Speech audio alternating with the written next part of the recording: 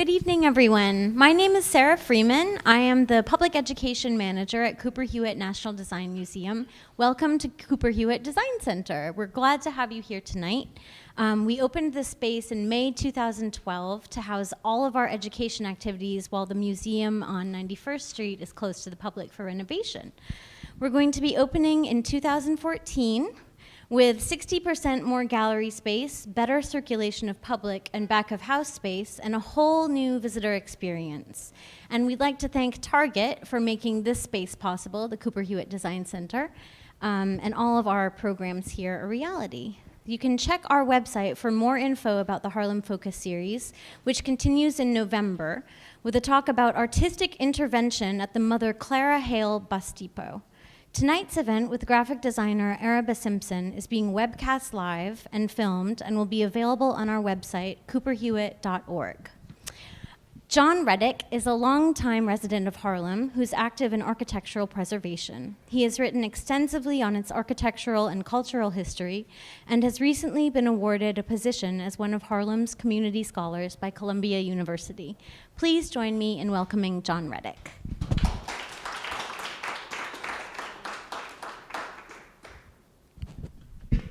Thank you for coming.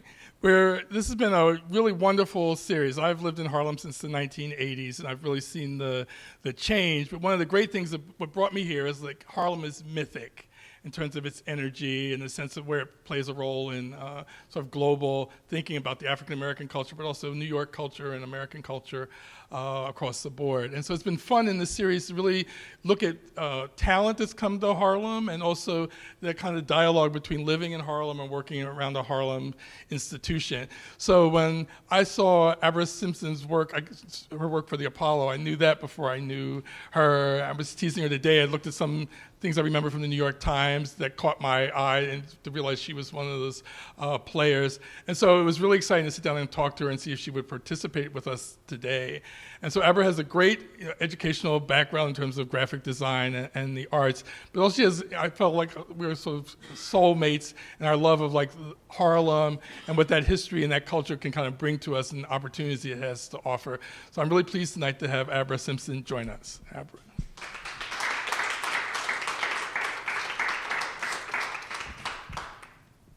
Good evening. Good evening. Now, Thank we're going you. to get a couple. Now, you're not a New Yorker. The great New Yorkers, I don't know, I won't say it too loud, but great New Yorkers are the New Yorkers that come from somewhere else. No, we come with we don't take anything in New York for granted. So give us a little bit of your background. Where were you born? So I'm from Ghana, West Africa, and traveled around a lot as a kid and wound up in New York and fell in love with New York, lived in Queens mostly and the Upper East Side. And now I'm here in Harlem. I've been here for about 5.5 years, and I absolutely love Harlem. Well, the African influence has been really great. It's one of those things that, time goes by, and we're African Americans, for X number of generations, and the African influence, I feel like, has really re-energized the sort of entrepreneurial sense of our history as entrepreneurs, our history in terms of fashion, the kind of beautiful quality of the fabrics and designs, are really starting to impact, I think, the broader culture, which every wave kind of brings to the city. Yeah, I agree. I think so. So with that in mind, so the African wave and some of what it's brought to the city, let's start to explore a little bit about what you've been doing. What I've been doing. Okay. I'll dig right into it. So, can you all hear me? Okay. So, as I just mentioned, I'm from Ghana. And my parents, due to my dad's job, we moved around a bunch of places, and we wound up landing here in New York. And so when we got to New York City, when I was about 10, my parents bought my siblings and I an Apple IIc. And there I fell in love with this machine and Macs. I didn't know how this would play into my life, but later on it did. Did you? Okay. What's the only Mac I knew was the Jimmy Mac in the song when I was a kid. Appreciate it. So fast forwarding, I went on to college, Binghamton University. One of my Binghamton friends is here this evening.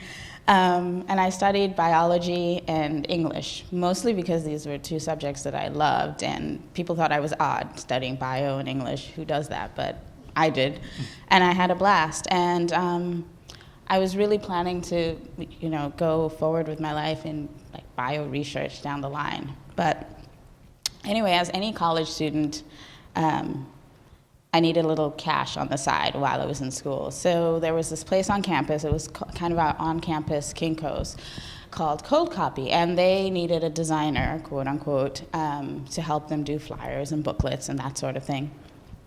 And so I managed to talk myself into this job where I taught myself Photoshop, freehand, which is now Illustrator, and Quark. And I was just having a blast doing this side job, making these fun things for my friends. But still, it wasn't something I took very seriously. So, senior year, it's time for figuring out what you're going to do with your life. And I went to a graduate fair where I was looking at universities that had bio-research programs. And I stumbled across the Drexel University table. Oh, my home table. So Drexel University, the woman at that table, the recruitment lady, kept prodding me with these annoying questions about what I did with my life and what I like to do. And somehow she sussed out of me that I loved Macs and I, did this fun stuff with computers and making flyers and booklets. And she suggested I look up graphic design. And for me that was odd because the only thing I knew about design at the time was fashion and architecture, and those weren't things that I was particularly interested in pursuing. But thank goodness I listened to her, and I decided to do a little research and found out that there was this actual magical field of graphic design. But then I had a problem. I had to figure out how I was going to get myself into this field. So fortunately, one of my friends from Binghamton had a job at this place called the Thomas Register of American Manufacturers. And they were the Thomas Register is this go-to place before the internet or Google where if you're looking for anything, whether it's nuts and bolts or a trampoline, you would go to these books either in the library or your company would own them, and you'd flip through almost like an encyclopedia and find the thing you needed. So I got this job that I thought was this fabulous design job. Turned out it was production design, but it was great because I was learning hands-on how to sort of produce things, quote-unquote graphic things, and primarily it was a project management position as well. I was dealing with sales reps, and there were all these sales reps calling and trying to get their things into the book, and it was a good experience, and at the time I really thought I was the queen of design. So. Well, now, would you have to, because you're infilling other people's, brochures and stuff into the system, so was there a kind of organizing system graphically that they had there? Yeah, so the sales reps would send their art, and I would process them in either Photoshop or Illustrator, and this is where I thought I was the designer. I was literally just opening the file and saving it, but I thought it was design. So, yeah, there was that sort of process and making sure that the files were getting into the booklets on time and coming in at the right time. I remember this. I'm looking at this picture. It seems so antique. It's looking like the Gutenberg Bibles to me. But that was very common in most offices. That was the kind of like you're saying, the encyclopedia, the backbone. If you were looking up something or wanted to reference how to get the material or anything, you went to these catalogs. Yeah, and they've been in a lot of old movies from the 80s. You'll see Thomas Register in the background. So after the Thomas Register, the internet was becoming this whole newfangled thing, and I decided that this was the thing I wanted to try to get into. So I went to a couple of interactive startups, iTraffic, which was one of the places that started banner ads, and Ogilvy and Mather. Ogilvy and Mather, again, I was project managing there. And then, of course, just my luck, the dot-com bubble imploded. So here I was, oddly, the day before I got my dot-com pink slip, I had gone to Parsons to see if I could sign up for their associate's design program. But all the classes started at 6, and my day ended at 6, so I knew I wouldn't get to class till about 6:45. So that meant that I was pretty much going to be throwing my money out the window. So that was Monday. Tuesday I got a pink slip, and Wednesday I went back and I registered for classes. I was like, this is perfect. So I went to Parsons, and there I started to really get my hands into design. I was learning the fundamentals like typography and color theory and learning to sketch strange things in art class. It was a really good experience, and really kind of made me sure that this was what I wanted to pursue. So just as I was finishing at Parsons, and I did a fast-track one-year program there, just as I was finishing, I was offered an internship at this little place, the New York Times. And I was flabbergasted, because here I am, this girl from Africa who doesn't know how to design, who's now like working at the New York Times. So I was there for a total of about 3.5 years as a freelance art director, and I got to work on a plethora of different sections. And for me, one of my most exciting experiences was when I'd get on the train and I'd see someone reading the Times, and I'd have to refrain from saying, I did that. But I remember the one, I was just telling you, I remember the bird one in the middle, the migration. Yeah, the bird flew. That was a fun piece. I got to collaborate with the illustrator, and usually we would collaborate with the photographer and the illustrator, and kind of, for the most part, it would be this thing, like dropping in a photo and filling in the space. But I liked to see how I could integrate art into the piece. So the middle one was fun because I got to take pieces out of the illustration and kind of pepper them into. And your generation is probably used to the Times having color images and all that, but when I started getting the paper, it was a big deal when they started to switch over and show color, and they had to kind of format how they were going to do all of that. Yeah, I remember growing up with the Times having black and white images as well, and I sort of am a purist, so I was sort of resistant. I was kind of angry before I got there. I was kind of like, oh, it shouldn't be in color. But by the time I started working there, it was color, and it was good, I think. So the New York Times, I'm trying to remember where I went after the New York Times, but it's on the next slide. No, the internship, but the internship there, a little bit about how that kind of came about, because that seems like a very unique opportunity. Okay. So I was at Parsons and in class with these fabulous people, and the New York Times at the time was doing, I think it was called a minority internship program. So they would have writers from different schools, illustrators from different schools, photographers from different schools, and graphic designers all over the country, and they would apply and see if they could get in. And Pam Klein, who was the head of the associates program at the time, came into class one day, and I went to Catholic school the majority of my my primary education. So she comes in and she says, Araba, I need to talk to you. So of course I know I'm in trouble. And she suggests that I apply for this internship, and I'm like, why me? This is not something I would get, but I figured I would try it, and I got it. And it was an amazing experience. I was mentored by a gentleman named Ken McFarlane, who is the art director for House and Home magazine. And he just was really patient, showed me the ropes.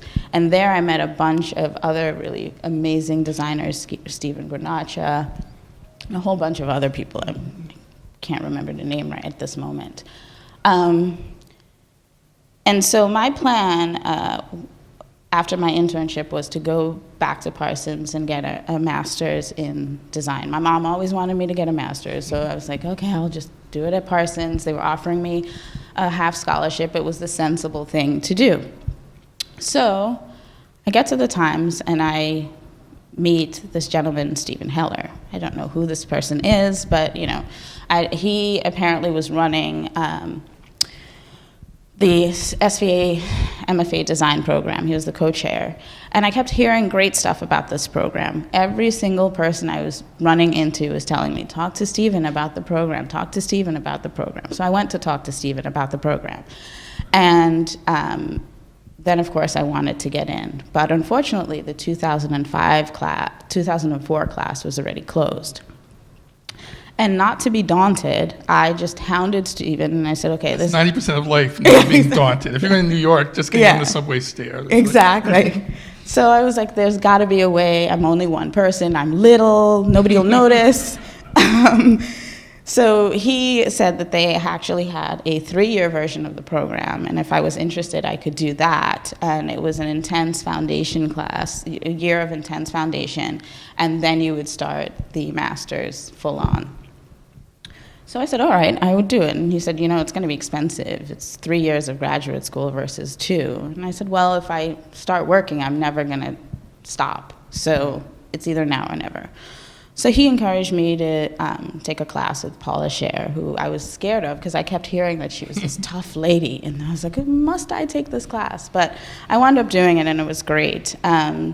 So I went to SVA. After the first year immersion program, I had instructors like Milton Glaser, Stefan Sagmeister, Stephen Doyle, and Paula Scher. And Milton and Paula continue to mentor me to this day. Whenever I need to talk to them about something, they are happy to have me come over. Stephen Doyle, same thing. And he actually, I interned with him for a little while, and he got me a job, helped get me a job later on, that I'll point out. And Stefan Sagmeister, his class was about touching people's hearts through graphic design. And so for me, for the most part, when I get a new project, I try to figure out how to approach the project, what the client wants, and how I can touch someone's heart through that project. So after SVA, I had to get back to the real world. Now I have to pay bills, pay off the student loan. I've got to find a job. One of the great things about SVA is the connections that students there make with each other. So one of the first people I met was this guy, Bobby Martin, and he's now co-founder of OCD Agency. So when I finished SVA, I decided to give Bobby a call and see if he knew or had any work or freelance sort of connections available. And fortunately for me, he was looking for a freelance designer. So I went over to where he was working, which was Jazz at Lincoln Center. And it was supposed to be a 2-month gig, but as usual, I managed to finagle it and make it last for about 9 months. And I got to work on this kind of stuff. We did a whole bunch of really fun posters. And the great thing about Bobby is he's good at pushing stuff pulling out stuff from designers that you wouldn't really expect you would be able to do. So I was there for about 9 months, I believe, and eventually they ran out of this 2-month freelance budget that they had been stretching out. So of course I would need a new gig. So I called up Paula, and she had just finished doing the identity for the Metropolitan Opera.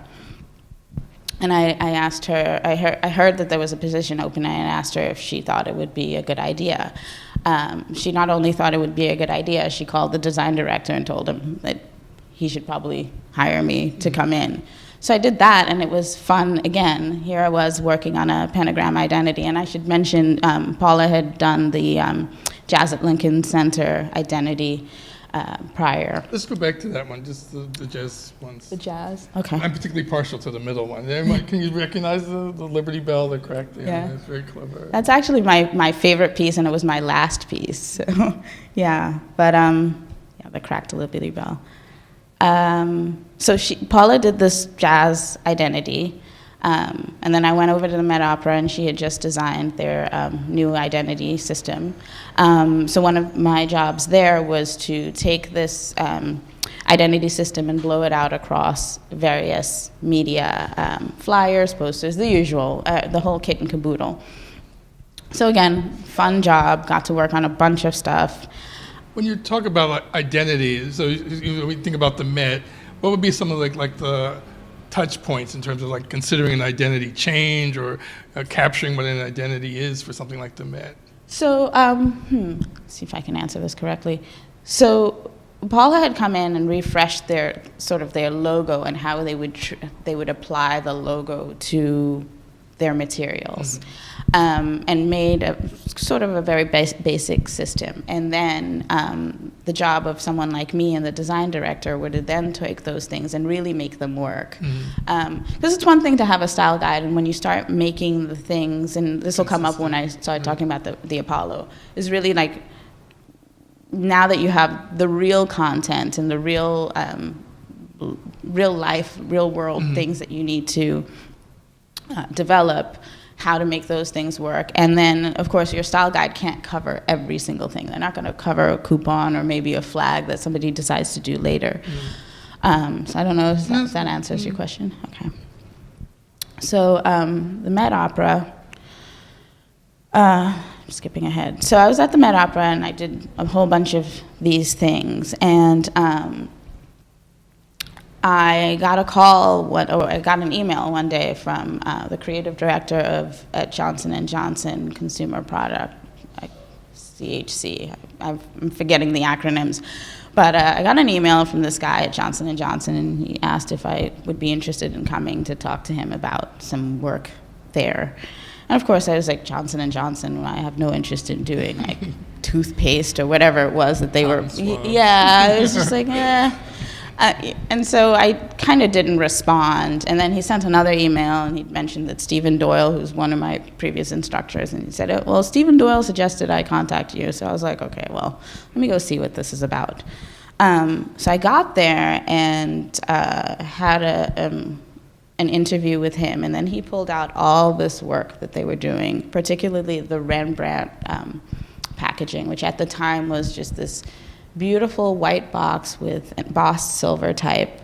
And coincidentally, the weekend before, I was living on Long Island at the time, at my cousin's place, and he and I had gone shopping, and I'd seen this box in the Stop and Shop or whatever it was, and I was just flipping out at how beautiful this thing was. So here I am in the interview thinking, here's a practice interview, and this guy brings out the Rembrandt box, and I'm like, I lost all my negotiating leverage because I was just gushing over this box, and I got the job. And so I got there and got to work on stuff like this,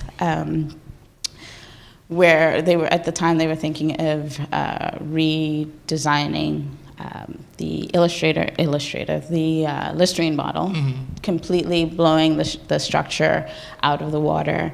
Unfortunately, it didn't happen, but these were the kind of explorations we did. And then Neosporin was creating a secondary line for skin and lip health. So I got to work on that, and some of this stuff is on shelf now.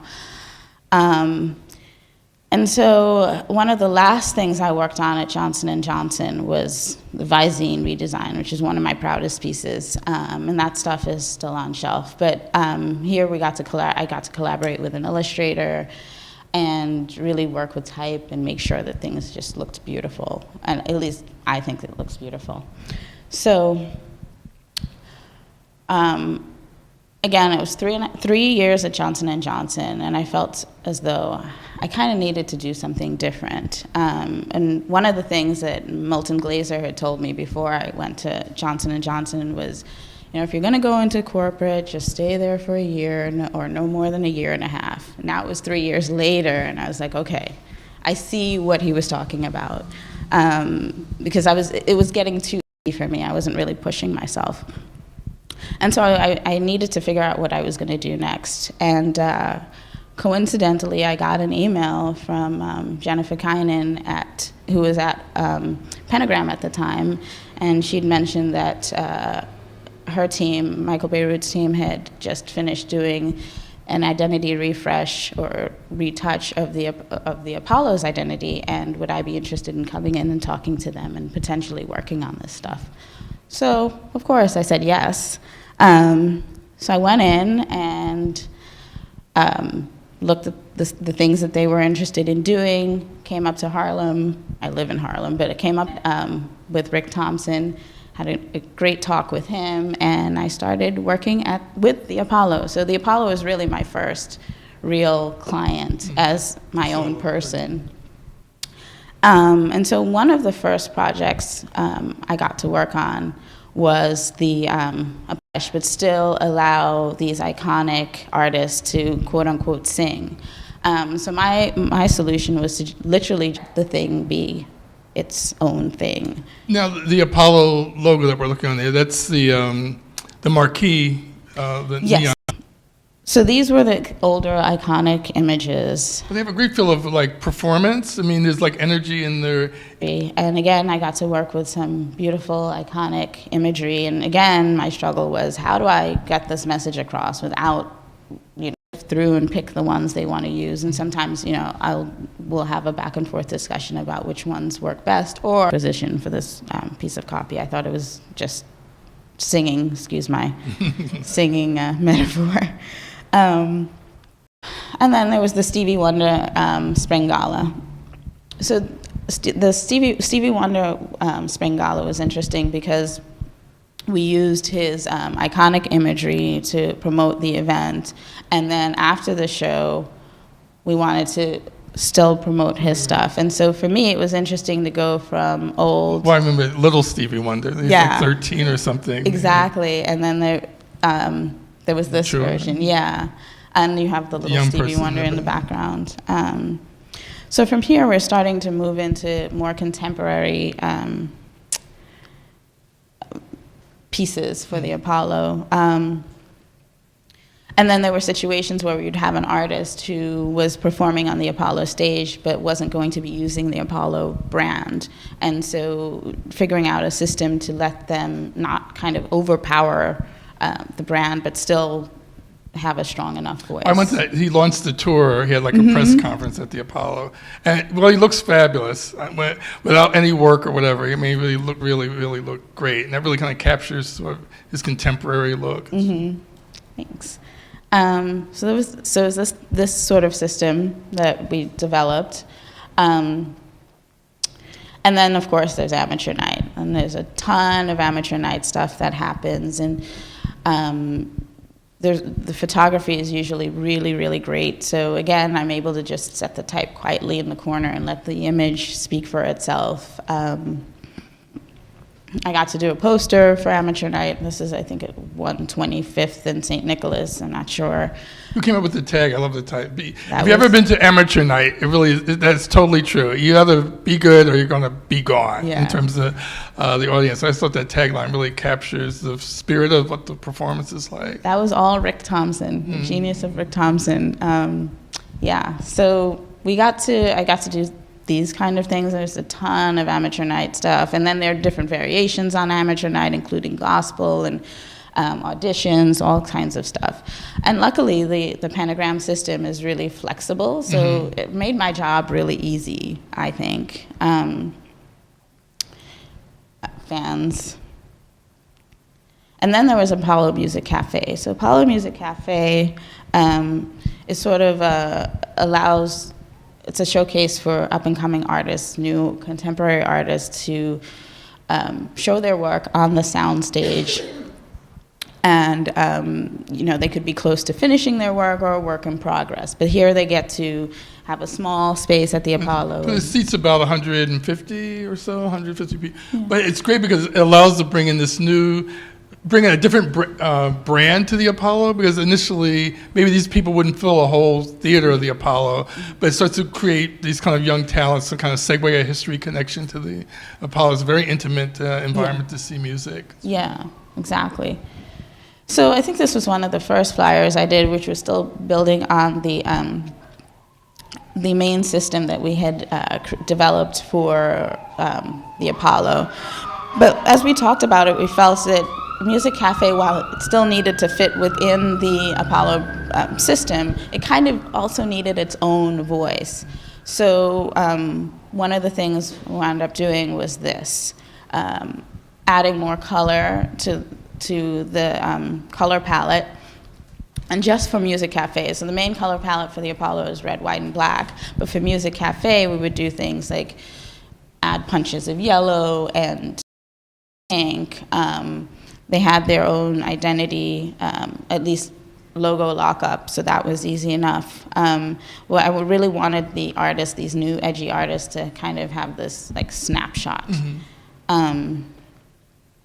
This guy's from Ghana, so I had to showcase him. This was a website carousel, but again, for each of these pieces, I wanted to have this weird sort of funky graphic in the background, just to bring some kind of fun and play.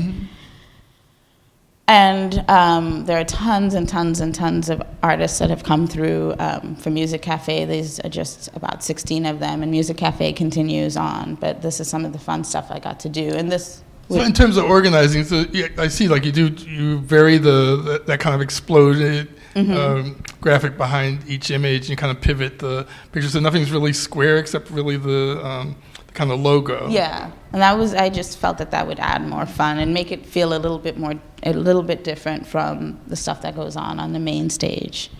And so, of course, with these pieces, they would become flyers and postcards, whatever else, the whole kit and caboodle. And so this is some of the merchandise stuff I've gotten to work on at the Apollo, and I did a little modeling. I continue to work with the Apollo, but I've also had the opportunity to start working with other companies and organizations, some in Harlem and some throughout the city or the country. As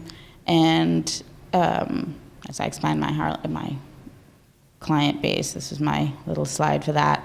But two of the clients I have been working with most closely recently have been Harlem Needle Arts, which is a nonprofit here in Harlem, and they really sorely needed an identity. They needed to do some promotional stuff, but I couldn't work with the logo they had because I think it was papyrus or something, and I was like, okay, this needs to be. That's also one of the issues in Harlem is people talk about gentrification and change.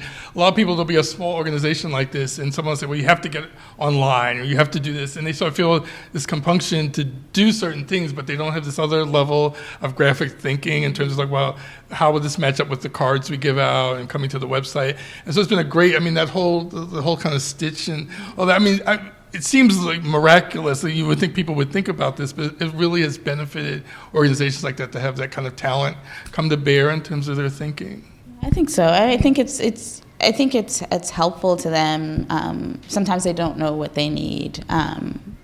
But Michelle, who is the president of Harlem Needle Arts, is great because she just lets me do what I want to do.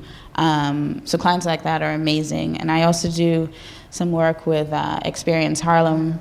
So I just designed their 2013 sort of Zagat's version of Harlem. If you don't have one, you should go grab one. But she's another. What's the young lady that organized this? I'm trying to think of her name. Angie Hancock. Angie, yes. yeah. Yes. So and she's another great person to work with. She really just. And also, there's a contemporary language, and one of the things that for minority communities, I think that's been a real difficulty is that things start to be read at a certain level. There's like, you talk about pentagram, or they do the public theater, they do this, and so there's a certain kind of status that here the Apollo I think has a superior status to the public theater to me. But then how do you figure out to make it read on the same par as these other institutions? And I feel like the same thing for the Angie piece and all that. It's like putting them up, swimming with the big fish, sort of. Yeah. And there's a kind of graphic language I think the ordinary person doesn't know, and they don't value it till they really see it. Yeah. So I think you really have brought that to a lot of these projects. Thank you. I try, but thank you. So yeah, and that's when I work with some of these smaller clients,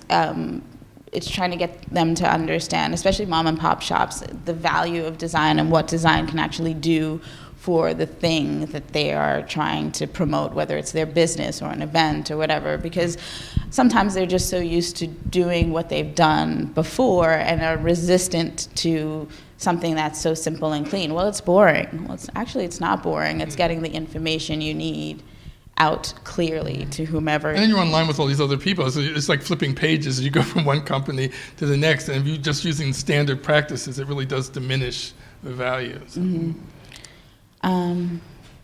So it all comes full circle. So as I mentioned in the beginning, I'm from Ghana, which is that little country there. And I realized from Parsons to SVA and sort of along the way, projects I work on, I wind up pulling back to my heritage, not consciously, but I've realized that my heritage keeps coming back into play. And so when I was back at SVA, one of my thesis projects involved taking Adinkra symbols, which are from Ghana, and if you've seen African women's prints, the Adinkra symbols are those sort of visual language that's on those fabrics. So I decided, I was getting frustrated with the idea that a lot of people think African artists just can take cloths, masks, and drums. I was like... It's more? I know, surprisingly. So I was getting really, really irritated with that. And so that wound up becoming my thesis project because I felt that I have this sort of clean sensibility. And there are a lot of African artists who have a completely different sensibility from what most people know. And not that there's anything wrong with the things that people know, the kente cloth, the masks, and the drums. But I mean, most kente cloth you see in Harlem, it's like it's Not printed, the real thing. and real kente Yeah. cloth is woven, and there's a whole rigor in terms of the width of what the woven band would be and all that. That starts to get lost. Yeah, in the repurpose. Yeah, exactly.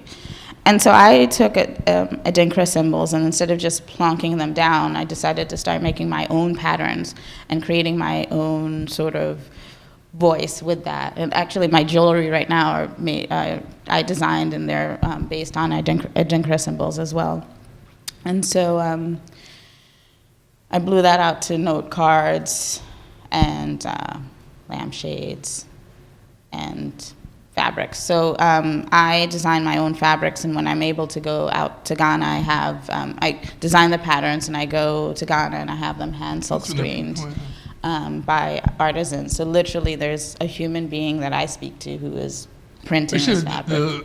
The talk just before yours was a fellow named Nketia, and he uses the symbols a lot. You two have to do an introduction. Yeah, I'll have to meet him. Yeah, so that's me in a nutshell. Thank you. Thank you all for coming. And we also entertain questions from the audience. We have a microphone. Does anybody have a couple questions? Anybody in the audience? There's one in the back.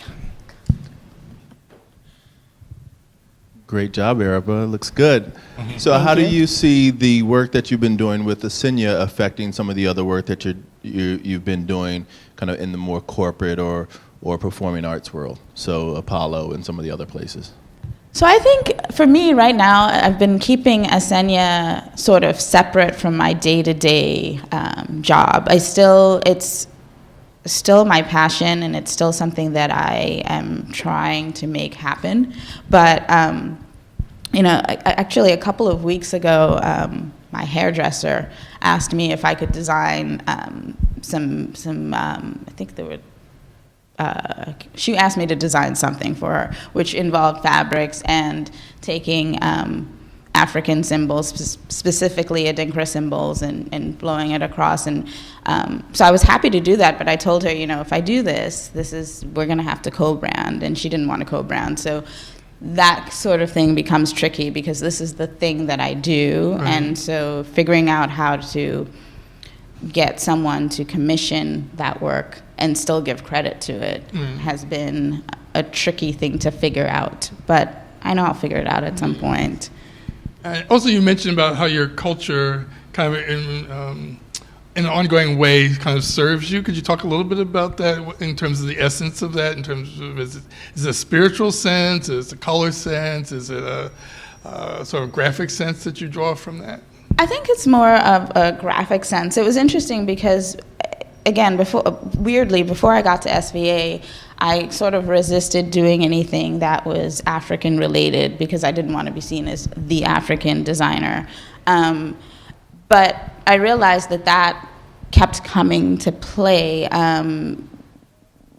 Whatever projects I would do, not every single project, but I would at some place wind up doing something that had some sort of Adinkra symbols in it. And I think when it comes to creating patterns, like if I'm doing note cards or I'm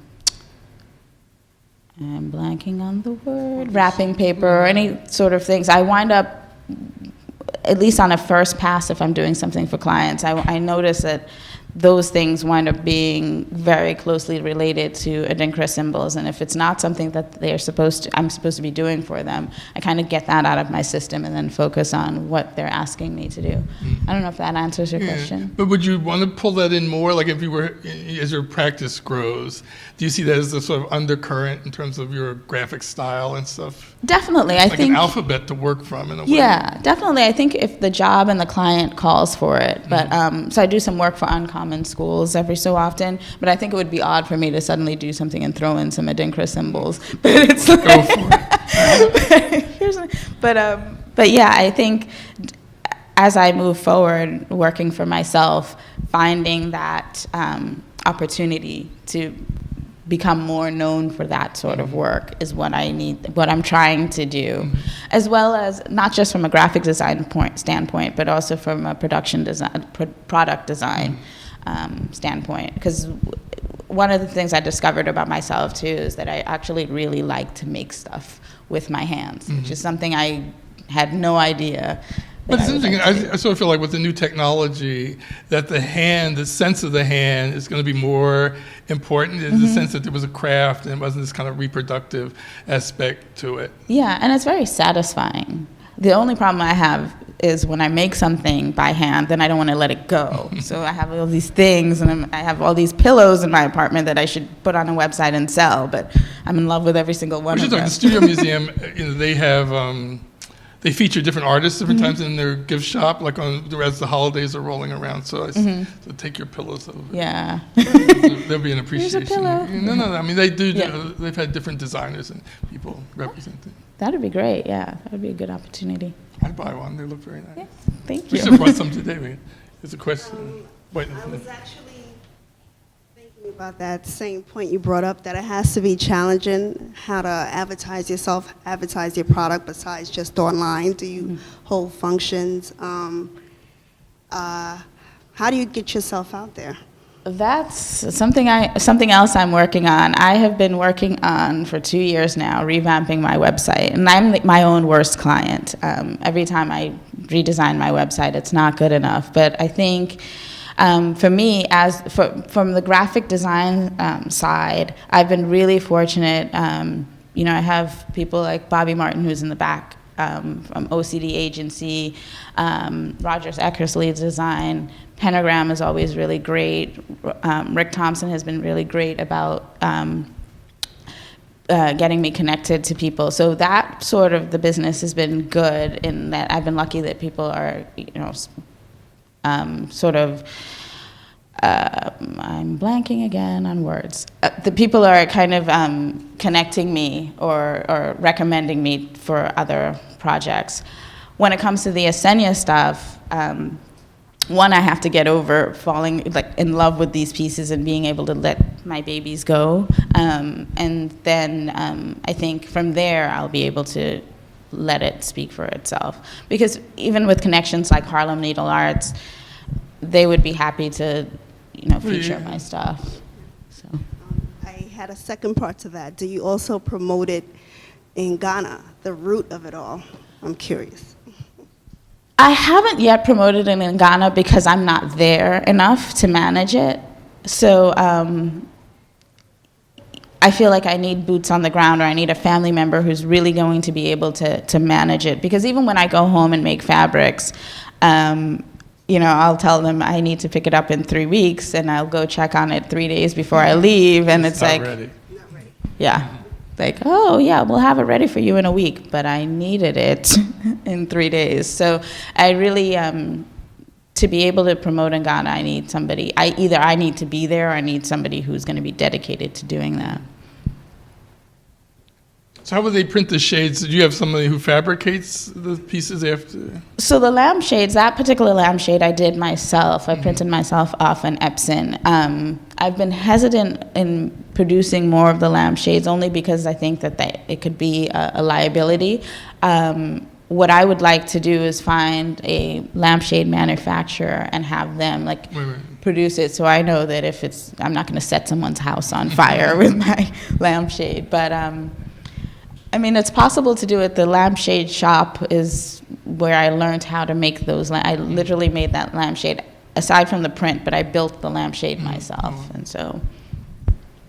So you're going to get somebody to help you. Exactly. I need to focus on figuring out who those people are. They're great patterns. And the same thing with the cards. Are you promoting the cards? How are you doing this? So the note cards I actually am promoting. I was selling them at Swing, which I think is on 118. Oh, yeah. Yeah, so Swing. On 7th Avenue, I think it is.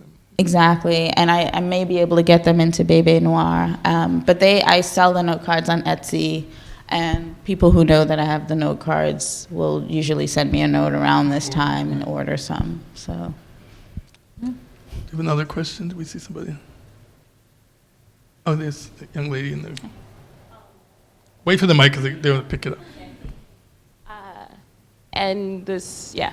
So I was just curious, you talked about biology and English being kind of like the root of what your interest was in, and just kind of how like the African culture kind of got brought back in. I'm wondering if you see how that interest also may have helped get you where you are right now. The bio and English part? Yeah. Oh yeah, definitely. I mean, just the Johnson & Johnson job in and of itself. My mom was thrilled.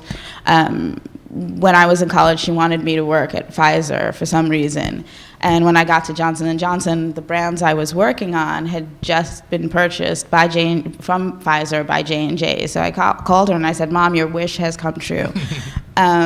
So for me, and I think as a designer, when I approach certain projects in different places I've worked, sometimes designers are very, hey, let's just have fun. But my training has always been really, I don't know if the word is strict or I'm going to use the word strict, but there's my A rigor comes. yeah, like a very scientific way of approaching a project. And so I think that for me, that's how I approach design sometimes. It's like really trying to figure out what the problem is and then starting to work on the design, which can be tricky because sometimes you just need to play. And so I struggle with that sometimes. Like sometimes you really, as Paula Scher would say, just play and figuring out when to just jump in and play versus what's the problem, what's the solution, and what all those steps in the middle are have. So I think about like Clinique and Estee Lauder.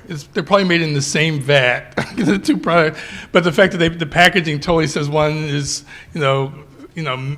scientific and non-allergenic and all that, and the packaging kind of speaks to that compared to kind of the more frilly and sort of just perfume and cologne kind of side of the business, or how Dwayne Reed has revamped their stores to look very almost hospital-like. Clinical, yeah.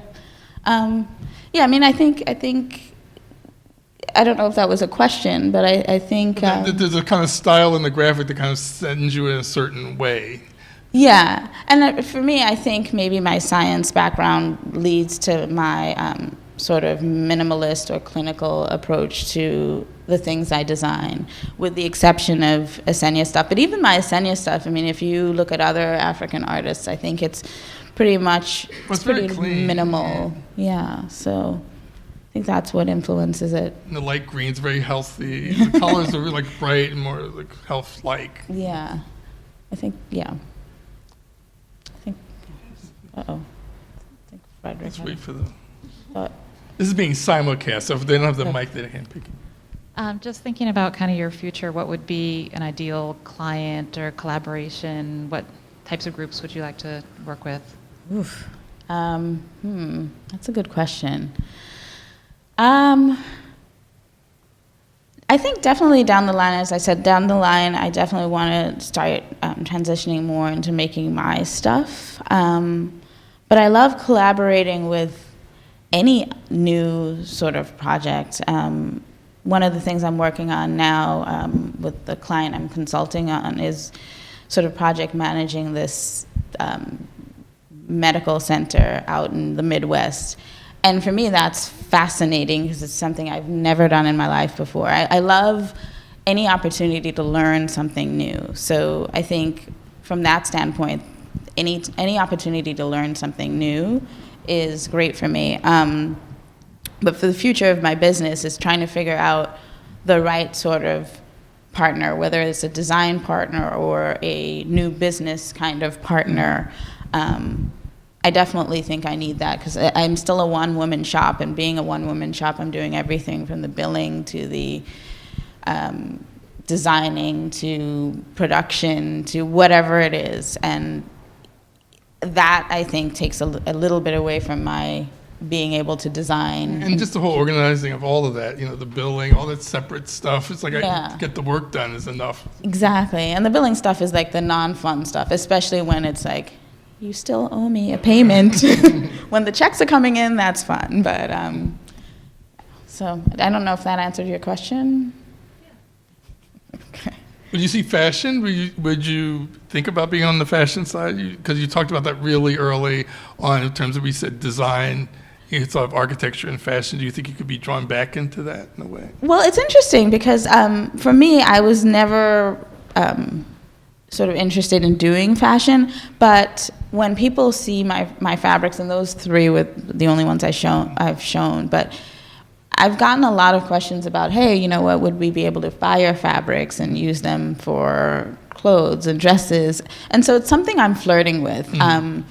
I can barely sew. I can sew 4 corners and a zip. So if I were going to get into fashion, I would definitely need to partner with a seamstress or someone who could actually sew. But I have been, over the past year or so, collecting pieces online, patterns online that I think would be interesting, even if it's just a strip of my ASENYA fabric and having, you know, a solid piece that accommodated or like a border or yeah. So yeah, I'm not taking fashion off the table. Very good. Yeah. Okay, I think we can take one more. Do we have anybody else? We'll take one more. All right. Well, thank you very much. Oh, we have another question in the corner? A weak little area. I was trying to see if anyone else had one. So I was curious, if you could think back to your Apollo days, how do you think the development of the different material that you did help create say about the space, and then say about the neighborhood, and kind of say about the people that I guess it's like reaching out to? Yeah. How do I answer that? I mean, I think for me it was more of coming from a promotional design standpoint, and I think most of the Apollo imagery photographs spoke for itself. So it was just about making sure that the things the supplemental information I was designing was clean and helped balance the image. And I think at the time it was probably new and fresh in Harlem. It was, I think, something that wasn't really being done, aside from the Studio Museum. It wasn't really being done that well. And of course, it wasn't all me. This was pentagram system that I was sort of applying. But I think it helped people have a clear understanding of what show they were going to, when it was happening, if it was happening on the sound stage, if it was happening on the main stage.